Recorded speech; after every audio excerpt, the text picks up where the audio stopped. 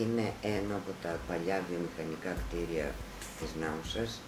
Θα γνωρίζετε φυσικά τη μεγάλη βιομηχανική εποχή που πέρασε η Νάουσα στα τέλη του 19ου και κυρίως τον 20ο αιώνα.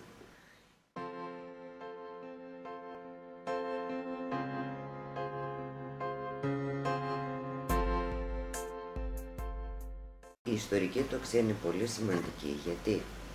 όπως όλα και τα υπόλοιπα εργοστάσια, και αυτό το εργοστάσιο του Αίρια χρησιμοποιήθηκε για να παράγει αέριο, εξού και η ονομασία του καταρχήν,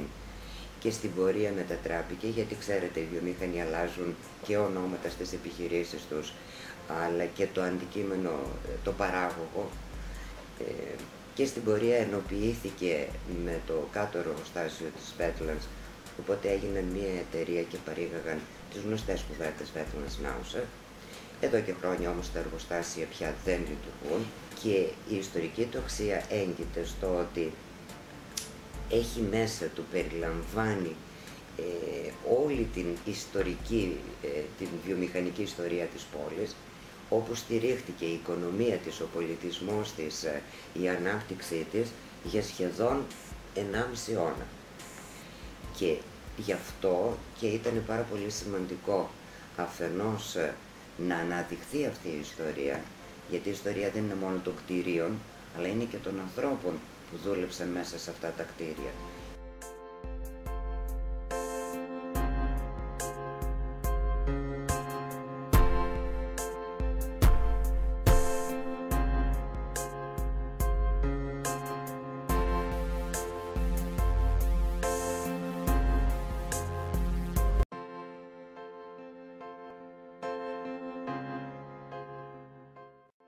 Το κέντρο βιομηχανικής κληρονομιάς ευελπιστούμε ότι θα περιέχει μηχανήματα παλαιότερα και νεότερα, τα οποία θα δείχνουν τη γραμμή παραγωγής του προϊόντος, και επίσης θα περιέχει εκθέματα από αρχεία των εργοστασίων των εργατών, θα έχει βιντεοπροβολή με συνεντεύξεις από εργαζόμενους, από επιχειρηματίες, θα έχει εκθεσιακούς χώρους με μόνιμη έκθεση φυσικά και κεντρικό θέμα την κλωστοϊφαντουργία, αλλά περιοδικά θα φιλοξενεί και εκθέσεις διαφορετικού είδους και αντικειμένου.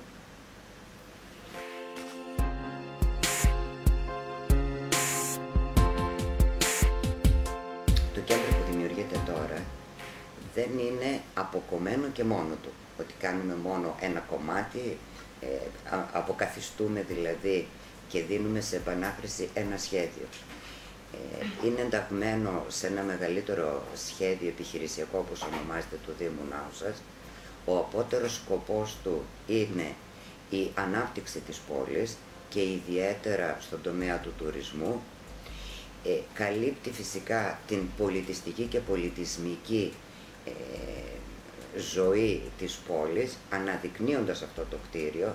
και κρατώντας στη μνήμη των ανθρώπων όλη την ιστορική διαδρομή στον τομέα της βιομηχανίας. Παράλληλα όμως αναβαθμίζεται όλη η περιοχή, αναδεικνύεται το ποτάμι με τη φυσική του ομορφιά που το έχουν χαρακτηρίσει κιόλας ότι είναι ένα από τα φυσικά τοπία αξιόλογου ενδιαφέροντος και φυσικής ομορφιάς, και όλο αυτό προσθετικά φυσικά θα δημιουργήσει και κάποιες θέσεις εργασίας, και όλο αυτό προσθετικά ευελπιστούμε ότι θα φέρει την τουριστική ανάπτυξη στην πόλη, που την έχει ανάγκη φυσικά και ο κάθε τόπος και ιδιαίτερα η πόλη της Νάουσας.